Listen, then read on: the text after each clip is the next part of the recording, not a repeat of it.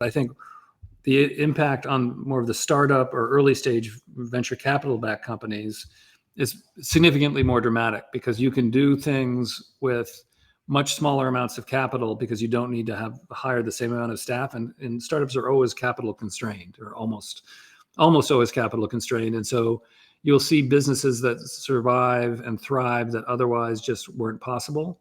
It reminds me, you go back many years, just of the sort of development of some of the early .com companies. And I remember some of the companies I mentioned that I started early on were, one was called Cars Direct, was in the auto space. And I think we ended up spending something like $20 million to build data centers and hosting services, because we had to have all of our own servers.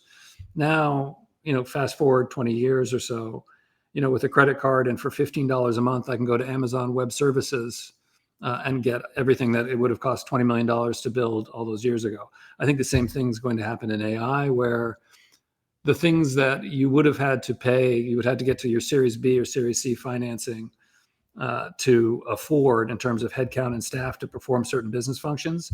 Now I can get for a credit card and $25 a month from one of these AI agents. I can train it on my business and my product, and I can be in business with a much smaller amount of capital. And that really changes the dynamics, and I think is something that's going to be felt in the venture capital world for a long time.